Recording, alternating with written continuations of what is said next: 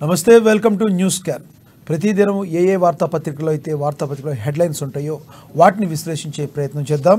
ముందుగా హరీష్ రావు మరో ఔరంగజేబ్ అని 10 ఏళ్లు దోచుకుని ఇప్పుడు మళ్ళీ సీఎం కుర్చీ కావాలంటున్నారని చెప్పి రేవంత్ రెడ్డి కౌంటర్ ఇవ్వడం జరిగింది. ఎలక్టోరల్ బాండ్ల స్కీము రద్దు చేయమని సుప్రీంకోర్టు ఆదేశం ఇచ్చిందని కూడా ప్రచురించడం జరిగింది.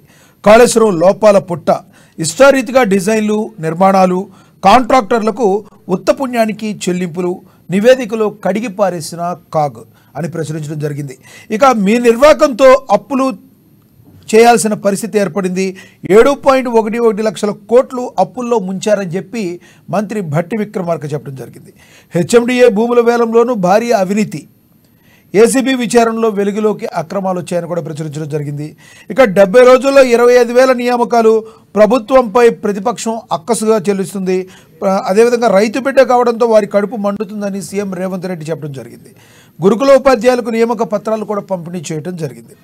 ఈ మేడారం జాతరకు మేడారం జాతరకు కేంద్రం మొండి చేయి చూపించినట్టుగా తెలుస్తుంది.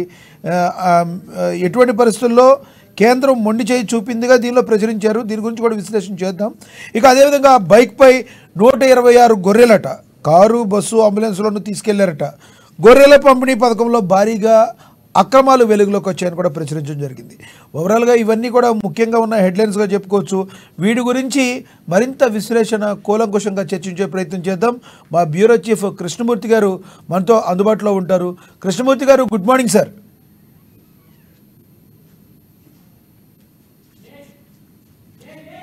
హరీష్ రావు మరో ఔరంగజేబు అని రేవంత్ రెడ్డి అనడం, 10 ఏళ్లు దోచుకుని ఇప్పుడు మళ్ళీ సీఎం కుర్చీ కావాలంటాం. నిజంగా సీఎం రేవంత్ రెడ్డి ఇంత ఘాటుగా స్పందించడానికి గల ప్రధానమైన కారణం ఏంటని చెప్పి రాజకీయ విశ్లేషకులు అందరూ కూడా నోరెళ్ళ పెడుతున్న పరిస్థితి. ఔరంగజేబుతో పోల్చడం అనేది అందరూ కూడా ఆలోచించదగ్గ విషయం. ఎందుకంటే మనందరికీ తెలుసు ఔరంగజేబు ఎలాంటి వాడో, ఎంతటి క్రూరుడో మనందరికీ తెలుసు. తన తండ్రిని అన్నని కూడా చంపేసిన వ్యక్తి, జైల్లో పెట్టిన వ్యక్తి, అలాంటి వ్యక్తి ఔరంగజేబు. అలాంటి ఔరంగజేబుతో హరీష్ రావుని పోల్చారు అంటే దీని గురించి 1కి 100 సార్లు అందరూ ఆలోచించాల్సిన పరిస్థితి. అలాగే ఎలక్టోరల్ బాండ్ స్కీమ్ రద్దు విషయం కూడా సుప్రీంకోర్టు తీసుకోవడం, ఇలాంటి తీర్పుని ఇవ్వడం ద్వారా రాజకీయ పార్టీలన్నీ 1కి 10 సార్లు పునరాలోచనలో పడ్డాయి. ఎందుకంటే పార్టీలకి ఏదైతే ఫండింగ్ అనేది వస్తుందో అది అన్ని పార్టీలు ఇంక్లూడింగ్ బీజేపీ పార్టీ కూడా, అన్ని పార్టీలు కూడా వాళ్ళు ఎలక్టోరల్ బాండ్ ద్వారా తీసుకున్న పరిస్థితి. మరి వాటిని రద్దు చేయడం ద్వారా రాజకీయ పార్టీల పరిస్థితి మనుగడ ఏంటి అనేది ప్రశ్నార్థంగా మారింది అనడంలో అతిశయోక్తి కాదు. కాళేశ్వరం లోపాల పుట్టని, ఇష్టారీతిగా డిజైన్లు, నిర్మాణాలు, కాంట్రాక్టర్లకు ఉత్తపుణ్యానికే చెల్లింపులు జరిగాయని కూడా ప్రచురించడం జరిగింది. ఇది కూడా చాలా సీరియస్ ఎలిగేషను. దీని గురించి కూడా చర్చిద్దాం. ఓవరాల్గా చూసుకుంటే మేడారం జాతరకు కేంద్రం కూడా మొండి చేయి చూపించిందని కూడా ప్రచురించారు. బైక్పై 126 గొర్రెలట, అంబులెన్సులోనూ తీసుకెళ్లారట. అంటే దీని గురించి గొర్రెల పథకంలో కూడా భారీగా అవినీతి జరిగింది. ఆ పథకంలో, గొర్రెల పంపిణీ పథకంలో అని కూడా ప్రచురించారు. ఓవరాల్గా వీటన్నిటి గురించి మన బ్యూరో చీఫ్ కృష్ణమూర్తి గారితో చర్చిద్దాం. గుడ్ మార్నింగ్ కృష్ణమూర్తి గారు. కృష్ణమూర్తి గారు, హరీష్ రావు మరో ఔరంగజేబు అని చెప్పి రేవంత్ రెడ్డి అంటాం, 10 ఏళ్లు దోచుకుని మళ్ళీ సీఎం కుర్చీ కావాలంట అంటాం. ఎలా చూడాలి సార్? ఖచ్చితంగా అధికారం వాళ్ళకు పూర్తి స్థాయిలో ఇచ్చారు. రాష్ట్ర ప్రభుత్వానికి 61 సీట్లు మాత్రమే ఇచ్చారు, సీట్లు ఏదో కలిపారు. కానీ వాళ్ళకు 89 సీట్ల వరకు ఇచ్చారు కదా. అంటే పూర్తి స్థాయి మెజార్టీ ఉంది. వాళ్ళు ప్రభుత్వంలో ఉన్నప్పుడు ఏదంటే చేసేందుకు వాళ్ళకి పూర్తి స్థాయిలో శక్తి సామర్థ్యాలు నేను ఉన్నటువంటి ఆర్థిక వనరులు కూడా అప్పులు తీసుకొచ్చిన ఆర్థిక వనరులు పరిస్థితులు. కానీ వాళ్ళు చేయలేదు. ఏదో వచ్చి నేను చేస్తాను అంటే వాస్తవానికి ఒకటి ఇక్కడ హరీష్ రావు లాంటి వాళ్ళని గమనించాల్సిన అవసరం ఉంది. వీళ్ళు 10 ఏళ్ళు ప్రజలను మర్చిపోలేదు. ప్రజల గురించి మాట్లాడలేదు. ఆలాసరంగా ఒక్కటేసరికి ప్రజల మీద ప్రేమ ముట్టుకొచ్చి మేము ఏదో చేస్తాము, మాకు ఇంకా ఇవ్వలేదు మీరు, ఎట్లా ఇది? ప్రజాస్వామ్య పద్ధతులను మీరు పాటించరు, రాజ్యాంగంలోని అంశాలను మీరు పట్టించుకోరు. రాజ్యాంగబద్ధమైన పాలన వీళ్ళు వ్యతిరేకిస్తారు. గతంలో కేసీఆర్ చెప్పారు, అంబేద్కర్ రాసిన రాజ్యాంగాన్ని రద్దు చేద్దాం, దాని కొత్త రాయాలు రచించాల్సిన అవసరం ఉంటుంది, తిరిగి రచించాల్సిన అవసరం ఉంటుందని చెప్పారు. వీళ్ళు అంబేద్కర్ గారు రచించినటువంటి రాజ్యాంగం వీళ్ళు నచ్చదా? అంటే అధికారం వీళ్ళకే శాశ్వతం అనే విధంగా రాజ్యాంగం రాజేస్తే బెస్ట్ కాన్స్టిట్యూషన్ అని వీళ్ళు అనుకుంటున్నమాట. అదే కదా, 10 ఏళ్ళు అధికారం ఇచ్చారు, ఏం చేశారు? సింగిల్ రేషన్ కార్డు ఇవ్వలేదు, సింగిల్ రేషన్ కార్డు ఇవ్వలేదు, మిగతా ఏం చేస్తూ ఉంటాడు? సింగిల్ రేషన్ కార్డు ఇచ్చావా జనాలకు? 10 ఏళ్ళలో చెప్పండి, పలానా జిల్లా, పలానా మండలము, పలానా ఊర్లో నేను ఇచ్చిన పలానా వ్యక్తికి ఇచ్చిన ఒక్కటి చెప్పండి. వీళ్ళు ఒక్కటి చెప్పలేదు, ఒక్కటి ఇవ్వలేదు, ఏది చేయలేదు. ప్రజలను మసిపూసి మాడికాయ చేసి వాళ్ళని మభ్య పెట్టి బతికేది. ఎవరైనా ఎదురుతుంటే వాళ్ళని పోలీసులతోటి చిత్రించడం చేసి అక్రమ కేసులు పెట్టి లోపలేయించడం, ఇళ్లలో పెట్టి కుటుంబ సభ్యులను సైతం బెదిరించి వాళ్ళ మీద కేసు బుక్ చేయడం, అంతగా నేను చేయలేదు. అనేక సందర్భాల్లో కోర్టును కూడా తప్పట్లేదు. రాజాసింగ్ను అక్రమ కేసు పెట్టి తీసుకొస్తే పీడీఎఫ్ పెట్టి ఒక ప్రజాప్రతినిధి ఎమ్మెల్యే ఆయన పీడీఎఫ్ పెట్టారు, కోర్టు కొట్టేసింది. బండి సంజయ్ ఏదో అంటే క్వశ్చన్ పేపర్ లీక్ అయిన తర్వాత ఎవరో ఆయన అభిమాని ఆయన ఫోన్ పంపించడని క్వశ్చన్ పేపర్ లీకేజ్ లో బండి సంజయ్ కీలక పాత్ర అని ఏమన్నా పెట్టి ఆయన లోపలేయించారు, కోర్టు కేసు కొట్టేయించారు. అంటే ఈ రకమైనటువంటి ప్రశ్నించే వాళ్ళను, నిలదీసే వాళ్ళను, ప్రభుత్వ పెద్దల తప్పులను ఎత్తి చూపే వాళ్ళను నిరంకుశంగా అణచివేసే చరిత్ర హరీష్ రావు. అట్లాంటి హరీష్ రావు మళ్ళీ నాకు అధికారం ఇవ్వండి, నేను మళ్ళీ చేసి చూపిస్తా, అద్భుతాలు చూపిస్తా, అల్లావుద్దులు అద్భుతం నిన్న దాకా ఆ దీపాన్ని మూలకు పెట్టినా, దాన్ని దాచిపెట్టిన దీపాన్ని ఇప్పుడు తీస్తున్నా, దాన్ని చాలా పెడుతున్నాను అని మాట్లాడితే నమ్మేటట్టు లేదు. కృష్ణమూర్తి గారు, ఇక్కడ ముఖ్యంగా ప్రజల చేత ఎన్నుకొనబడిన ఎమ్మెల్యేలు ఏంటి, ప్రభుత్వం అయితే ప్రజల చేత స్థాపించబడింది. పట్టుమని 70 రోజులు అయిన తర్వాత కూడా మీరు దిగిపోండి అనే మాటను బలంగా మాట్లాడుతున్నారంటే ఇంకేదన్నా ఆలోచన చేస్తుంది బీఆర్ఎస్ పార్టీ అనుకునే అవకాశం ఉందా? ఖచ్చితంగా ఉండొచ్చు. గతంలో కేసీఆర్ ఇదే తరహా అనుమానపడ్డాడు. కాంగ్రెస్ టీడీపీ కలిసి మా ప్రభుత్వాన్ని కూల్ చేసేందుకు ప్రయత్నాలు చేస్తాం కాబట్టి నేను పార్టీ ఫిరాయింపులో ప్రోత్సహిస్తున్నా, ఎమ్మెల్యేలు పార్టీలోకి తీసుకున్నా, తప్పేముంది అని మాట్లాడారు. అంటే రాష్ట్రంలో ఉన్న శాసనసభ్యుల సంఖ్య 119, నామినేటెడ్లు కలుపుకుని 120. అంటే కనీసం 60 మంది ఉండాలి ప్రభుత్వంలో ఉండాలి. అంటే కాంగ్రెస్ పార్టీ కేవలం 64 స్థానాలు మాత్రమే ఉన్నాయి, 64 మంది ఎమ్మెల్యేలు మాత్రమే కాంగ్రెస్ పార్టీ. ఒకరు సిపిఐ కలిసి వస్తున్నారు మిత్రపక్షంగా 65. అంటే వీళ్ళకు అసెంబ్లీలో సంఖ్యాబలం తక్కువ ఉన్నది. ఇప్పుడున్నటువంటి కాంగ్రెస్ పార్టీని చీల్చాలనే కుట్రతోటి కేసీఆర్ కొంత ప్రయత్నాలు చేస్తున్నారేమో అనుమానాలు వస్తుంది మీరు అన్నట్టు. జరగచ్చు, ఎందుకంటే గతంలో ఈయన ఈ రకంగా చేయొచ్చు అని ఆయన ప్లాన్ లో ఆయనకు ఉండొచ్చు. కాబట్టి కాంగ్రెస్ పార్టీ కూడా చాలా జాగ్రత్తగా ఉండాల్సిన అవసరం ఉంటుంది. గురించి కృష్ణమూర్తి గారు ఇదే విషయాన్ని గురించి మనకు తెలుసు, తీన్మార్ మల్లన్న వ్యక్తి ఉన్నారు తెలుసు కదా మీకు. ఆయన కూడా కాంగ్రెస్ పార్టీలోకి ముందు కాంగ్రెస్ పార్టీ బీఆర్ఎస్ పార్టీకి సంబంధించిన వారిని ఎవరిని తీసుకోవద్దు, ఒక 4-5 ఎమ్మెల్యేలని కావాలనే కేసీఆర్ దానిలోకి పంపిస్తాడు, ఆ తర్వాత ఒక 15-20 మందిని డైరెక్ట్గా కొంటారు, నువ్వు నేర్పిన విద్య నీరజాక్ష అన్నట్టు అప్పుడు కేసీఆర్ ముందు తప్పు చేపిస్తాడు. కాబట్టి బీఆర్ఎస్ నుంచి వచ్చే వాళ్ళని ఎవరిని తీసుకోవద్దని బాహాటంగా చెప్పిన పరిస్థితి.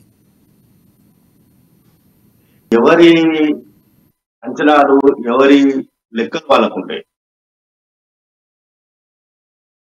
ఇప్పుడు ఉన్నటువంటి 39 మంది బీఆర్ఎస్ ఎమ్మెల్యేలు 20 మంది ఏకాఏకన కాంగ్రెస్ వచ్చిననుకోండి, అసలు ఆ పార్టీ ఎల్పీఏ గుర్తింపు రద్దు అవుతుంది. మళ్ళీ కొత్త నేత కొత్త రకంగా వెళ్ళాల్సిన అవసరం ఉంటుంది.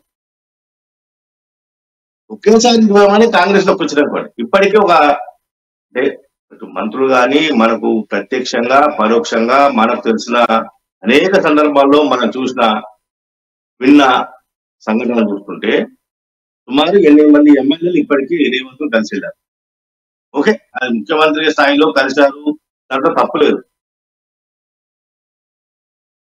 కలిసిన వాళ్ళందరికీ కేసీఆర్ అనే కంపెనీ క్లాస్ వీకిందని చెప్పేసి అంటే ఎలా వెళ్తారని విగడం కాదు, క్లాస్ తీసుకోవడమే కాదు, స్వయంగా కేసీఆర్ తన ఎల్పీ సమావేశం చెప్పారు, ఒంటరిగా ఎవరు కలవకండి, ఎవరు వెళ్ళొద్దు, సీఎం దగ్గరికి మంత్రుల దగ్గరికి ఎవరు వెళ్ళొద్దు, ఎవరు మాట్లాడొద్దు అని చెప్పేసి ఆయన స్వయంగా చెప్పారు. అంటే బీఆర్ఎస్ కు భయం పట్టుకుంది పార్టీ విడుదల ఎమ్మెల్యేలు అని. ఈ రోజు కొంతమంది రంగారెడ్డి జిల్లా జడ్పీ చైర్పర్సన్ కొంతమంది చేరుతా ఉన్నారు.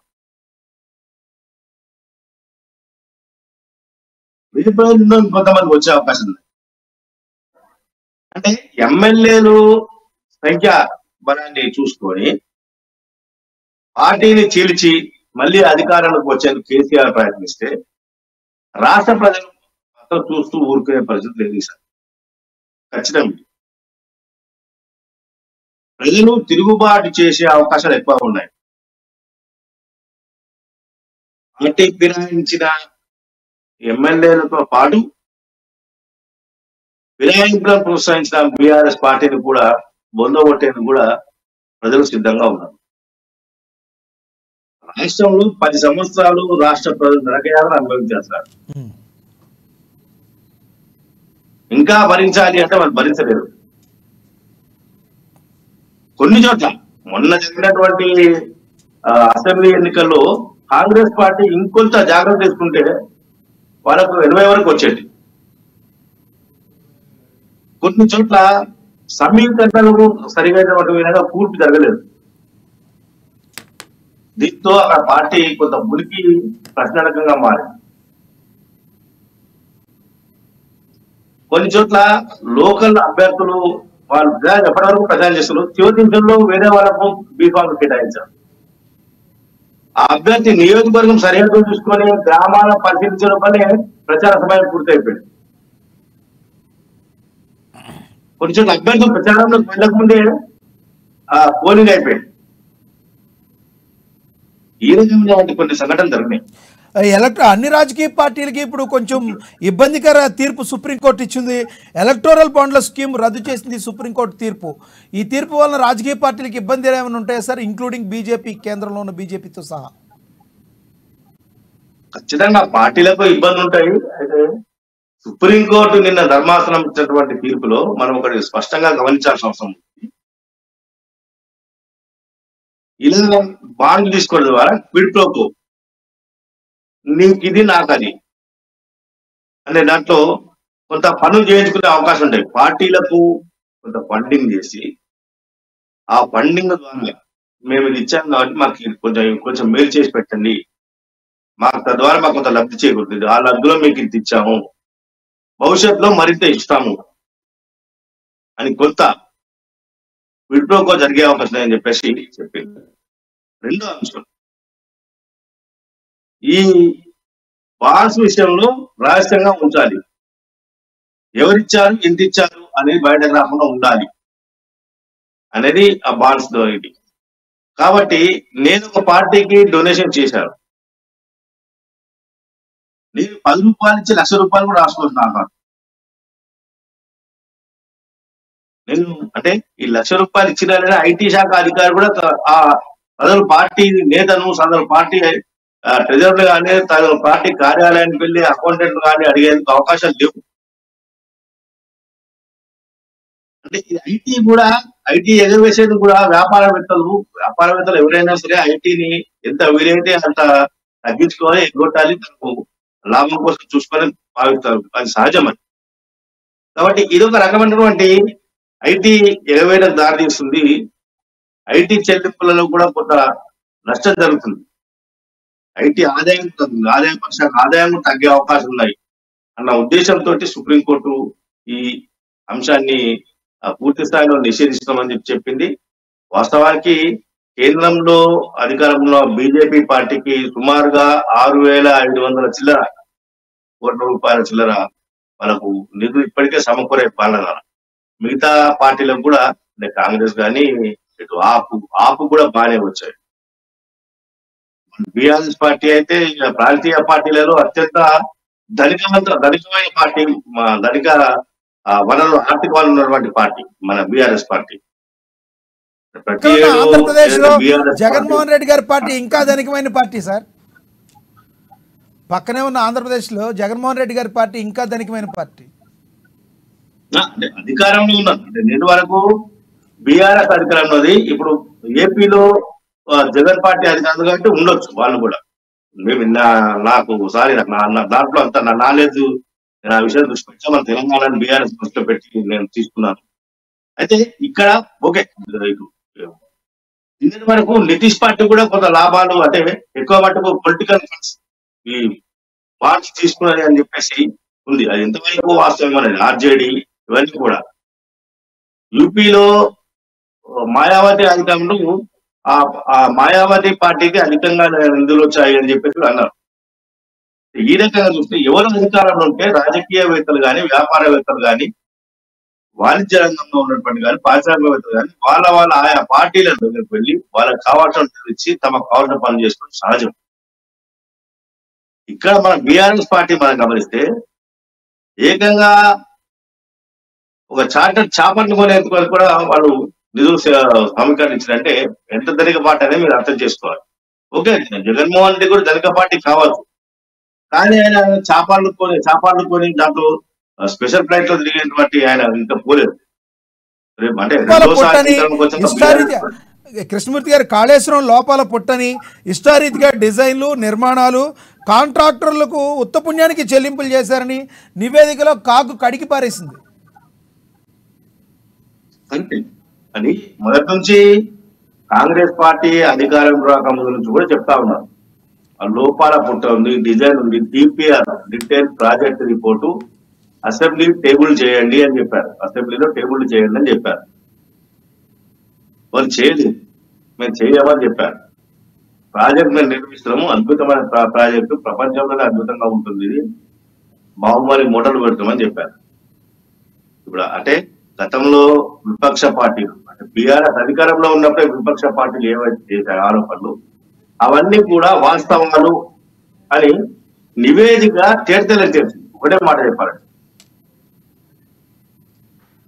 అధికారంలో ఉన్నాం కాబట్టి మేము ఏదైతే చేసుకుంటాం అనుకున్నప్పుడు ఇట్లాంటివన్నీ ప్రజాధనాలు ఈ రకంగా దుర్వినియోగమై ఎందుకు పనికిరాకుండా పోతాయి. సుమారుగా 1,32,000 కోట్ల 1,36,000 కోట్లే మన ప్రాజెక్ట్.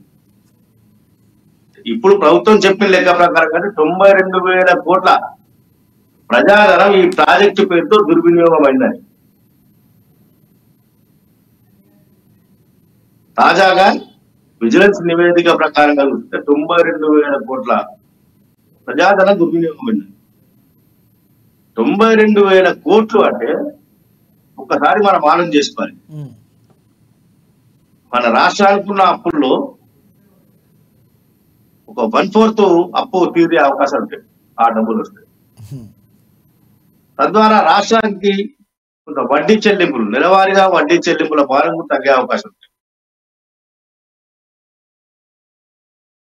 గుప్పలకు నిర్మించిన ప్రాజెక్టు ఎందుకు పనికి రాకుండా పోయింది? దీని విషయంలో సభలో ప్రభుత్వం చర్చిద్దాం రమ్మని చెప్పేసి ప్రతిపక్ష నాయకులను ఆహ్వానిస్తే చర్చ చేయకుండా రభస చేస్తా ఉన్నారు. వారు చర్చించాల్సిన అవసరం ఉంటుంది.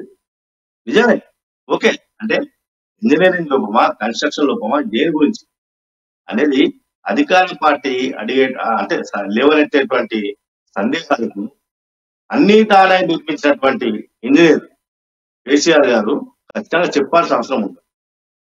ఓకే, చేయాల్సిన మీ నిర్వాహకంతో అప్పులు చేయాల్సిన పరిస్థితి ఏర్పడిందని 7.11 లక్షల కోట్లు అప్పుల్లో ముంచారని చెప్పి బట్టి విక్రమార్క కూడా నిన్న అసెంబ్లీ సాక్షిగా మాట్లాడటం జరిగిందండి, మంత్రి బట్టి విక్రమార్క. సచివాలయం బాగానే ఉంది సార్, సచివాలయం కట్టాల్సిన అవసరం లేకుంటే కొంత రిపేర్ చేసుకుంటే అయిపోతుంది. ఉమ్మడి ఆంధ్రప్రదేశ్ ఉమ్మడి ఆంధ్రప్రదేశ్ కు సచివాలయంగా చాలా కాలం సుదీర్ఘకాలం సేవలు అందించినటువంటి భవనాలు ఆలంసరంగా తెలంగాణ పనికిరావు వేస్ట్ అంటే ఎట్లా? చెప్పిర్రు, పోరాటాలు చేసిర్రు, వినలేదు, కోర్టుకు పోయారు, వినలేదు, కొట్టేసి కట్టుకున్నారు. అన్ని ఆడంబరాలు కూడా అనమాట. ఆడంబరాలు కూడా ఇట్లాంటి ఇబ్బంది ఉంది. కాళేశ్వరం ప్రాజెక్టు అక్కడ ఫీజిబిలిటీ కాదు, అక్కడ కట్టకూడదు అని చెప్పారు. ఆ మధ్య వరద స్కీమ్ని రివర్స్ కొట్టాయి, నీళ్లు రివర్స్ కొట్టాయి, వద్దని చెప్పారు.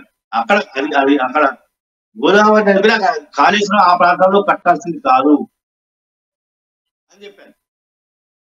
దానికి బదులుగా నీకు గ్రామాల వారిగా అంటే నీరు అంటే మిల్లు జలాలు వెళ్ళేటువంటి చోట్ల మినిమం చిన్న చిన్న చెక్ డ్యాములు కట్టినా బాగుండేది. ఆ నిధులను వెచ్చించి కోటి ఎకరాలకు ఇస్తామన్నారు. మొన్న చూస్తే 1,00,000 ఎకరాలకు ఇవ్వలేదు, 93,000 ఎకరాలకి ఇచ్చారు. 92,000 ఎకరాలకు 12 నీళ్ళు, 1,00,000 ఎకరాలకు 12 నీళ్ళు కాళేశ్వరం తోట. కోటి ఎకరాలు ఎక్కడ, 1,00,000 ఎకరాలు ఎక్కడ, లక్ష ఎకరాలు కూడా చెప్పడం ఏంటి అంటే చెప్పడము గొప్పగా ఉన్నాయి చెప్పేది. క్షేత్రస్థాయిలో కార్యరూపం దాల్చిందని అతి స్వల్పంగా కనిపిస్తా ఉంటాయి. చాలా స్వల్పంగా ఉన్నది కార్యరూపంలోకి వచ్చేవాడు. ఇది ఇబ్బందికర పరిస్థితి. నిన్న ఆర్థిక మంత్రి గారు అదే చెప్పారు, అవినీతి జరిగిందని ఏసీబీ విచారణలో వెలుగులోకి వచ్చే అక్రమాలని చెప్పి కూడా ప్రచురించారు సార్. హెచ్ఎండిఏ భూముల వేలంలోనూ భారీ అవినీతి జరిగినట్టుగా ప్రచురించారు. కరెక్టే. హెచ్ఎండిఏ భూముల విషయంలో గతంలో వెల్లాపూర్ దగ్గర ఒక ఎకరానికి 100 కోట్ల పైగా వాళ్ళది. ఆ పక్కనే ఉన్న వాడికి 18 కోట్లు వచ్చింది. వ్యత్యాసం గమనించాల్సిన అవసరం ఉంటుంది. అనేక చోట్ల అంటే ప్రతి విషయంలో ప్రతిపక్షాలు విమర్శలు చేయడం సహజమే, విమర్శలు చేస్తాయి. కానీ ఆ విమర్శల్లో ఎంత వాస్తవాన్ని తెలుసుకోవాలి. అసలు ప్రతిపక్షాలు విమర్శలు చేయాలి మా మీద, మనకు హక్కే లేదు ప్రతిపక్షాలకు అనే విధంగా మాట్లాడు. మనం ఇక్కడ గమనించాలి సార్, మనం మరీ మాట్లాడుకుంటే ప్రతిసారి బీఆర్ఎస్ వ్యతిరేకంగా కావచ్చు, మరి బీఆర్ఎస్ మాట్లాడుతుంది అంటే ప్రశ్నించే వాళ్ళ విధానంలో ఏ రకమైనటువంటి ఏముంది దాంట్లో వాళ్ళు ప్రశ్నిస్తా ఉన్నారు, అందులో వాస్తవాలు ఎంత అనే విషయాన్ని ఒకసారి ప్రభుత్వంలో ఉన్నవారు, అప్పటి కేసీఆర్ ప్రభుత్వమైనా సరే, ఇప్పుడు రేవంత్ రెడ్డి ప్రభుత్వమైనా, రేపు ఇంకో ప్రభుత్వమైనా సరే, ఖచ్చితంగా ప్రభుత్వాన్ని ప్రశ్నించే వాళ్ళు ఖచ్చితంగా ఉంటారు. ఎంత నియంతృత్వంతో ఉన్నప్పటికీ ప్రశ్నించే వాళ్ళు ఆగరు. పాలకు నియంతృత్వం కావచ్చు, పాలకు, కానీ ప్రజలు ఆగరు, ప్రజలు సహించరు. కానీ ఆ ప్రజల నుంచి వచ్చేటువంటి సలహాలు, సూచనలు, ఆరోపణలు ఏ మేరకు ఉన్నది అనేది కొంచెం వీళ్ళు ఆలోచన చేయాల్సిన అవసరం ఉంటుంది. ఎవరైనా సరే పాలన ప్రజాభిప్రాయాలకు విలువ ఇచ్చే పాలనే ప్రజారంజకమైన పాలన. 70 రోజుల్లో 25,000 నియామకాలు ఇచ్చామన్నారు సీఎం రేవంత్. ప్రభుత్వంపై ప్రతిపక్షం అక్కసు వెళ్ళగక్కుతుందని కూడా ఆయన ఒకంత అసహనం వ్యక్తం చేసినట్టుగా ప్రచురించారు. రైతు బిడ్డ కావడంతోనే వారి కడుపు మండుతుందని చెప్పి సీఎం రేవంత్ అన్నారు. గురుకుల ఉపాధ్యాయులకు నియామక పత్రాలు పంపిణీ చేసినట్లుగా ప్రచురించారు. మొన్న కానిస్టేబుల్ అభ్యర్థులకు ఇచ్చారు, మొన్న నర్సింగ్ అభ్యర్థులకు ఇచ్చారు, నిన్న గురుకుల టీచర్లకు ఇచ్చారు. ప్రభుత్వంలో వ్యవస్థ సైక్లింగ్ అవుతుంది ఎప్పటిగా. గత ప్రభుత్వంలో జరిగినటువంటి పరిశీలన కావచ్చు, గత ప్రభుత్వంలో జరిగినటువంటి విధానం కావచ్చు, ఇప్పుడు వీళ్ళు దాన్ని కంప్లీట్ గా పూర్తి చేసి, అంటే మనం చాలా సందర్భాలు చూసాం, నియామక ప్రక్రియ స్టార్ట్ అయిన తర్వాత కూడా కోర్టుకు వెళ్ళి ఆబ్జెక్షన్స్ రేజ్ చేసి వాటిని నిలిపివేసే విధంగా ఆర్డర్ తెచ్చుకున్న సంఘటనలు మనం అనేక చూస్తాం. Example, police constables. అసలు ఈ పోలీస్ మొన్న జరిగినటువంటి 15,000 మంది కొత్త పోలీస్ కానిస్టేబుల్కి సంబంధించినటువంటి నియామక ప్రక్రియ పత్రాలు మనం ఇచ్చారు కదా, దానికి సంబంధించినటువంటిది అది దాదాపుగా 3 నెలల క్రితం పూర్తి కావాల్సిన అవసరం ఉంటుంది, 3-4 నెలల క్రితం పూర్తి కావాల్సిన అవసరం. పాలకులకు ఉద్యోగాలు ఇవ్వాలి, కోర్టుకు వెళ్ళి కోర్టుకు ఏం కావాలి, కోర్టు ఏమడుతుంది, ప్రభుత్వం నుంచి సమాచారము, కోర్టుకున్న సందేహాలు ఏంటిది, పిటిషనర్ ఏం సందేహం వ్యక్తం చేశాడు, ఆయనకున్న డౌట్ ఏంటి, దాన్ని క్లియర్ చేస్తే అయిపోతుంది కదా అనే ఆలోచన ఉంది. అది లేకపోవడంతో ఆగిపోయింది. రేవంత్ రెడ్డి ప్రభుత్వం అధికారంలోకి వచ్చిన వెంటనే కోర్టులకు కావాల్సిన సమాచారాన్ని వెంటనే పంపించి వాటి క్లియరెన్స్ తీసుకొని వాటిని పూర్తి చేస్తా ఉన్నారు. ప్రతి అంశాన్ని రాజకీయ కోణంతో ఆలోచన చేయడంతో ఈ 15,000 పోస్టులు ఇవన్నీ ఆపడం తోటి ఏంటంటే, మాకు ఓటు వేయకపోతే మీకు ఉద్యోగాలు రావు, ఇవి అయిపోయినాయి వస్తాయి అని చెప్పి బ్లాక్ మెయిల్ చేయాలనుకున్నారు. అక్కడ బోల్టా కొట్టారు. వీళ్ళు వచ్చారు ఇచ్చారు, వీళ్ళు చెప్పలేదు మీకు రాకపోతే ఇష్టం, గెలిస్తే ఇష్టం అని చెప్పలేదు. ప్రకారం వెళ్తామన్నారు, అనుమానం నివృత్తం చేస్తామని చెప్పారు. ఖచ్చితంగా వాటిని పాటించి వాటిని అమలు చేసి చూపిస్తా ఉన్నారు. జాతరకు కేంద్రం మొండి చేయి చూపించింది సార్, మేడారం జాతరకు కేంద్రం మొండి చేయి చూపించిందని ప్రచురించారు. నిజంగా ఇది చాలా బాధాకరమైన అంశం. మన రాష్ట్రానికి చెందిన పర్యాటక శాఖ మంత్రి కిషన్ రెడ్డి గారు సాంస్కృతిక పర్యాటక శాఖ గత జాతరకు 150 కోట్లే ఇచ్చారు కేంద్ర ప్రభుత్వం. ఓకే, అది కూడా సరిపోదు అన్నారు. సరే, అసలుకేం లేనప్పుడు కొంత ఇచ్చినా అది కూడా మేలే. అంటే గత ప్రభుత్వం ఏం జరుగుతుంది అని అన్నారు. వాళ్ళకి ఎప్పటికంటే అక్కడ ఉన్నటువంటి కేంద్రం వర్సెస్ రాష్ట్రం ఉండేవారు, కేంద్రం ఏం చెప్పినా కారణము అది నడుస్తుండే, అది వదిలేదు. కానీ ఈసారి మేడారం జాతర గురించి పట్టించుకోవడం, ఓకే కేంద్ర ప్రభుత్వంకు దృష్టి ఉందా లేదా అనే విషయం తర్వాత, కానీ మన రాష్ట్ర కిషన్ రెడ్డి గారు పర్యాటక శాఖ మంత్రి కాబట్టి దీని విషయం ఇప్పటికైనా ఆయన ప్రయత్నం చేసి ఇప్పటికైనా నెరవేరు చేపిస్తే బాగుంటుంది. ఇది తెలంగాణ ప్రజలకి కాదు, దాదాపుగా 6-7 రాష్ట్రాలకు సంబంధించిన ప్రజలకు సంబంధించినటువంటి ఒక జాతర, ఒక నమ్మకం, ఒక విశ్వాసం. కాబట్టి ఆ విశ్వాసానికి మనం కొంత ఊతమిచ్చే విధంగా వ్యవహరించాల్సిన అవసరం ఉంటుంది. కాబట్టి ఇప్పటికైనా సరే తక్కువ ఉంది. బైక్ పై 126 గొర్రెలట, కారు బస్సు అంబులెన్సుల్లోనూ గొర్రెలను తీసుకెళ్లారట. గొర్రెల పంపిణీ పథకంలో భారీగా అక్రమాలు జరిగాయని చెప్పి ప్రచురించారు. క్లుప్తంగా చెప్పండి సార్. ఖచ్చితంగా అంటే గొర్రెల పెంపకం మీద ఒక పెద్ద కుంభకోణం. ప్రభుత్వం మారింది, ఈ ప్రభుత్వం బీఆర్ఎస్ ప్రభుత్వం పోతుంది, అధికారంలోకి రావట్లేదు, మెజార్టీ సీట్ రాలేదన్నప్పుడే అక్కడ పశ్చిమ శాఖ కార్యాలయంలో దొంగలు పడ్డారు. దొంగలు ఫైల్ తీసుకుపోయారు. ఏమనంటే లేదు మేము ఎప్పటికే సెక్రటరియట్ షిఫ్ట్ చేశాము, దాంట్లో ఫైల్స్ కొన్ని ఉంటే కాల్ చేశాము అని చెప్పేసి చెప్పారు. దాన్ని పోలీసు కేసు నమోదు చేస్తే దర్యాప్తు చేస్తా ఉన్నారు. అందులో బాగా ఇవన్నీ వస్తా ఉన్నాయి.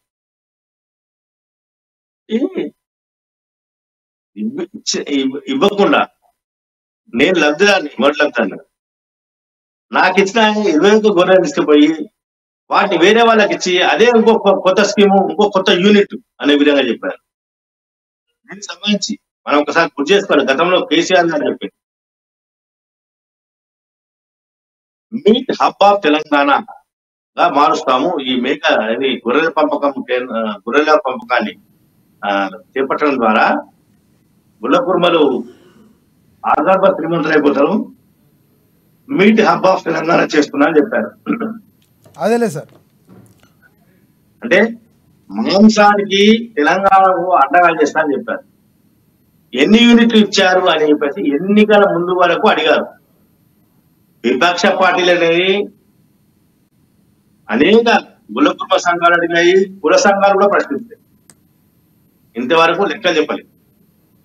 ఇప్పుడైనా ప్రతిపక్షంలోకి వచ్చాను, గత కాగితాలను తీసి ఇప్పుడైనా లెక్కలు చెప్తే బాగుండే అసెంబ్లీలో. Thank you so much Krishnamurthy గారు.